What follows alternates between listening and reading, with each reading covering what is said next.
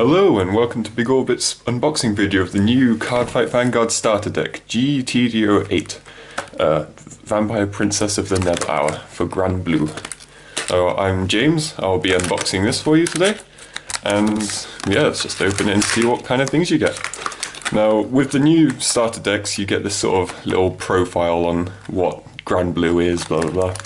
So if you're interested in learning about the clan you want to use, if you want to use Grand Blue, you might just be doing this to see what your friend's getting or what you'll be up against, because I'm sure Grand Blue is going to get a lot more popular as time goes on with all this new support. So, I won't be able to find out unless I manage to finally open the packaging. So, okay. And there's more packaging. So, as you can see here, these two characters look very similar. That is because they are the same character. But this card will be from G-TD06, no, BT06, I'm sorry, which I will also be doing an unboxing for today, so make sure to check that out if you're interested in this deck, because there's a lot of good Grand Blue stuff in it. Okay, so first of all, we have Vampire Princess of the Night Fog Night Rose, the new sort of boss of Grand Blue, if you like, G-Boss as some people call him. So she has the Generation Break 2 ability once per turn. Put the top three cards at the top of your put the three cards from the top of your deck into the drop zone. When your rear guard is put into your drop zone, you may pay the cost. If you do, you may call that card the rear guard. So you can only do this once per turn, which sort of slows it down a bit, but it reanimates, if you like. They've got this new skill called Hollow, which has it when you when they come onto the field, you can make them hollowed, and then they get a skill, blah blah blah.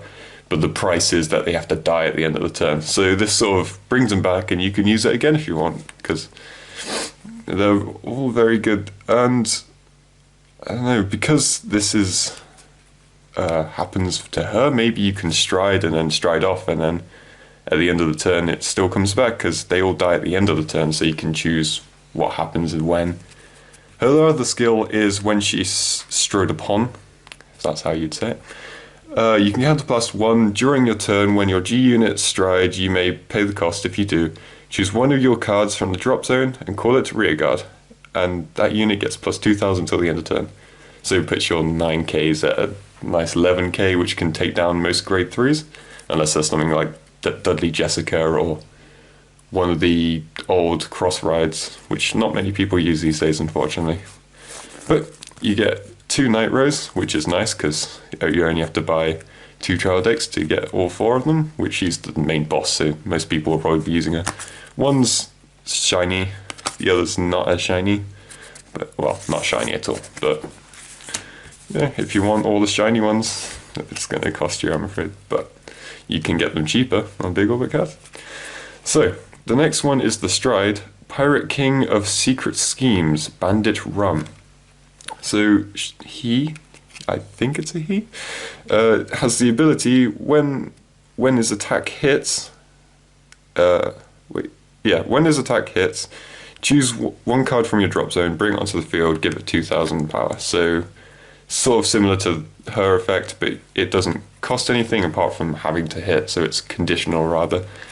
And yeah, it's pretty good. A lot of clans have a similar one, like the Royal Paladins of Gablade, which brings a grade 2 from the deck. It's very flexible, and sort of, you can do whatever card in the drop zone you want, so grade 3 to grade 0, or even grade 4 if you're doing extreme. You have Novel Vague in the drop zone. So our other grade 3, I think there's 3 grade 3s in fact, but there's another 11k. Counterblast 2, choose up to 1 card from your drop zone and call it to rear guard. Then that unit gets plus 2,000 power. So as you can see, there's a bit of a pattern with these Grand Blue. This is an act and a counterblast 2. So, there's no worry with it being an act really, but it has to be done on the Vanguard circle. Counterblast 2 is quite heavy, so not many people... You want Night Rose, basically. And so this is sort of just a backup in case everything goes wrong with your grade 3. And When this unit attacks a Vanguard, it gets plus 2000 till the end of battle, so it becomes a 13k, can take down your Dudley Jessicas and your Cross Rides and all that lot. So it's a nice little beater, especially if you don't have any counterblast left. You can just... yeah, but if you don't have any counterblast left, you can still use it as a very offensive thing if you're going against Cross Ride or Dudleys. And then our last grade 3 that we get is Dragon Undead Bone Dragon. On Vanguard or Rearguard, counterblast 1, and it gets 3000 power until the end of turn, and Generation Break 1. So they used to make these ones quite a lot, but they've sort of upped it a bit by making it 11k but giving it a Generation Break. So this has made it more usable in a defensive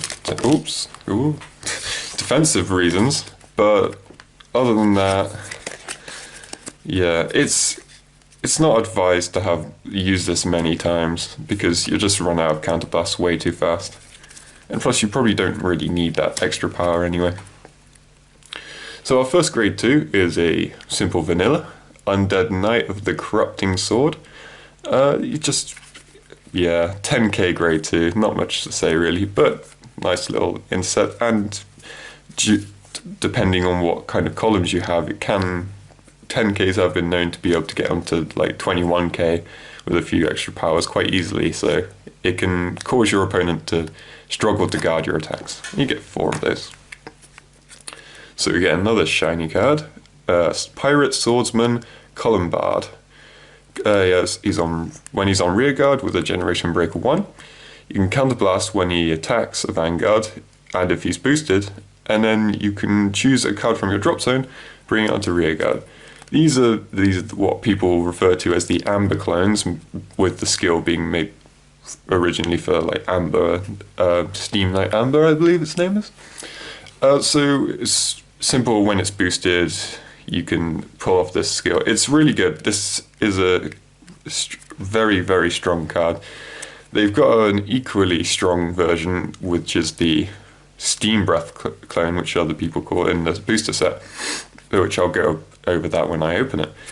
But these are very, very strong skills. They eat up your counterblast, but I won't bring it up right now. I mean, I won't tell you right now, but there is something in this deck which will help you a lot with that. And you get 2. Ideally, you want 4 in your deck, because this is sort of the backbone grade 2 of your deck. And then we get Witch Doctor of the Rotten Seas, Negraruk.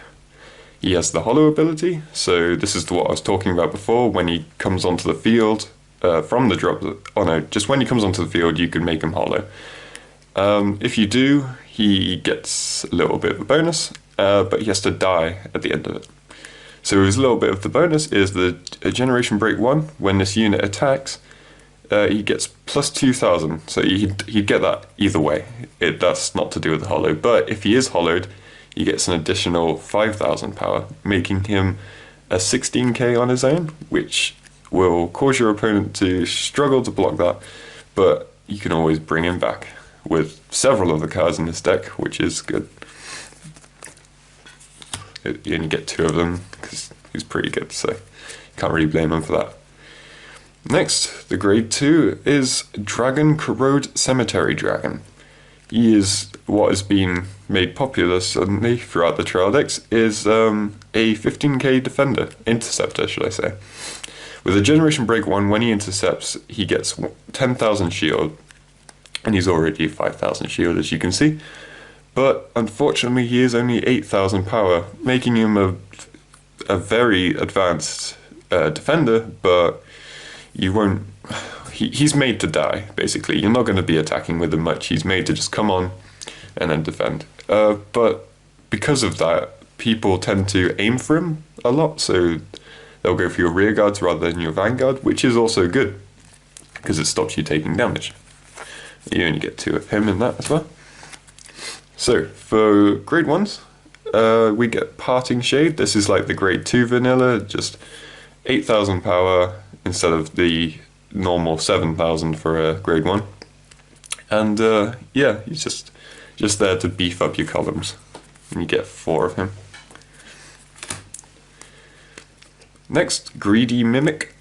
When this unit attacks a Vanguard, he gets plus 2000 until end of turn, making him a 9000 grade 1. Pretty good. You probably won't be using it very often because it's just, well, especially with this deck where you can just bring whatever you want from the drop zone. So he is good. There's nothing wrong with him. It's just there are better options most of the time. He might come out well in a pinch though. You get 2 of him. Next, Skeleton Underling Pirate. This is the same as Negrook, but as a grade 1, so when he attacks, he gets plus 2000 power, and if he's hollowed, he gets another 5000 power, making him a very strong grade 1, but only on attacking, not boosting.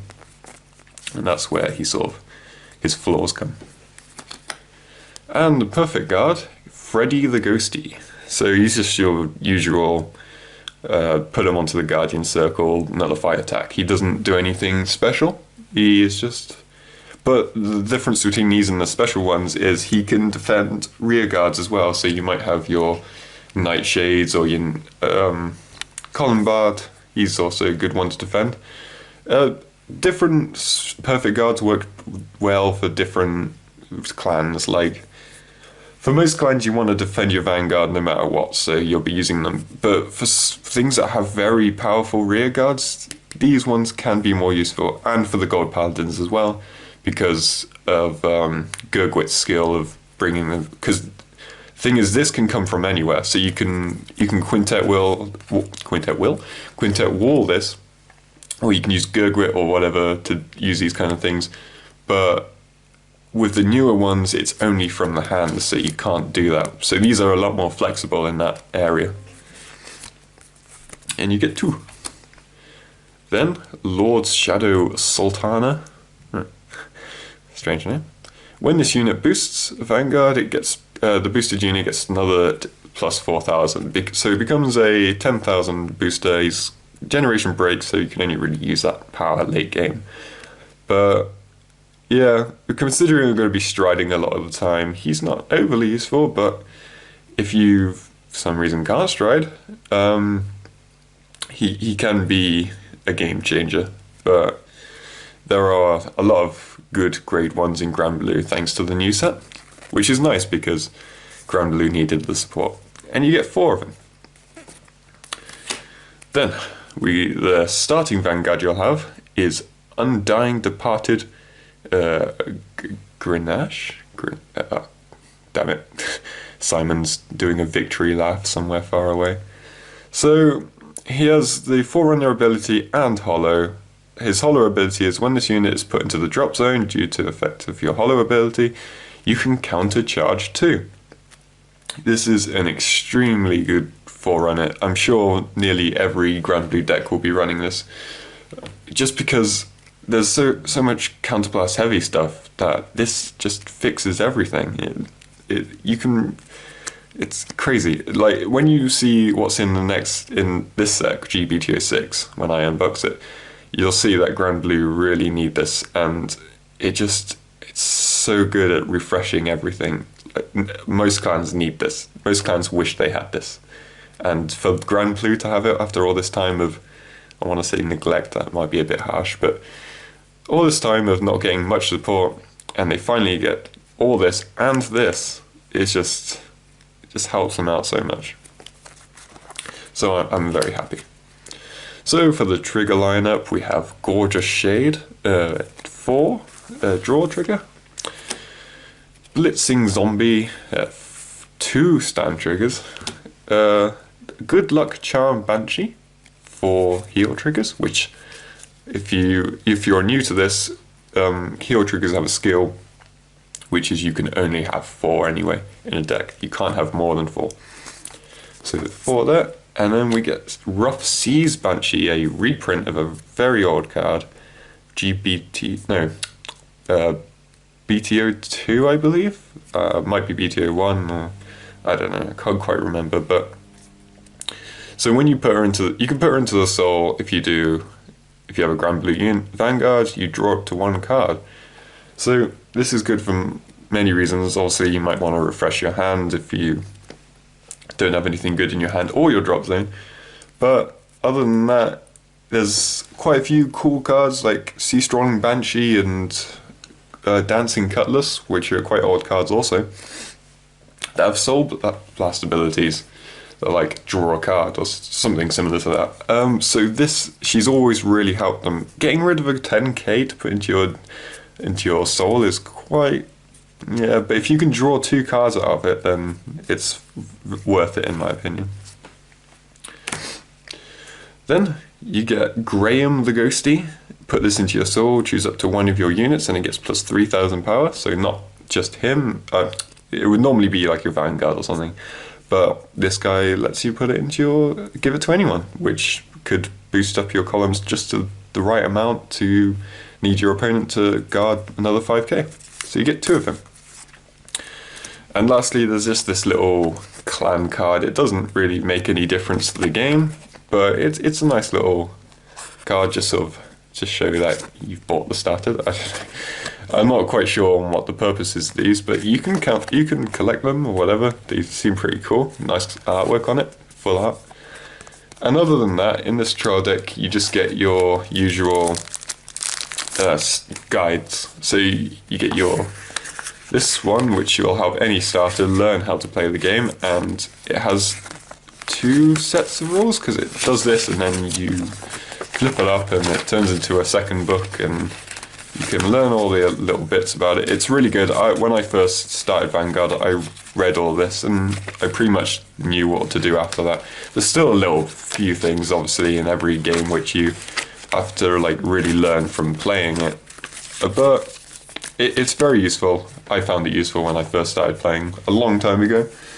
And other than that, you get the playmat. Obviously I've got the nice Night Rose one here, so this isn't overly needed, but it just shows you, oh, I've got it upside down, that's not good.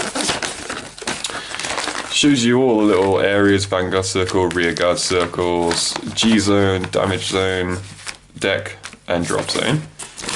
And then on the back, they're kind enough to give you some ideas of how to switch up your, oh, actually, is this one? Yeah, there we go. They say like in the next set these sets are about, and perhaps you'd want to put them in because they're really good. So it gives you a little sort of idea of what it sort of says, like, hey, this deck is good, but it could be enhanced with these cards. So it encourages you to look at the other cards, and it gives you some sort of battle plans, if you like, to how to use your deck. So it gives you a little insight of what Grand Blue do, which is, as you know, bring stuff from the drop zone a lot and make them all hollow and just beat your opponent to death. But yeah, it's a nice little playmat. I wish they had this little bit when I started playing. It would have been nice and handy, but I've learned through the years and I've finally become I hope, good player. And I'm pretty good, I think. But yeah, anyway. So that's everything for the Grand Blue trial deck of G-TD08, Vampire Princess of the Neverland.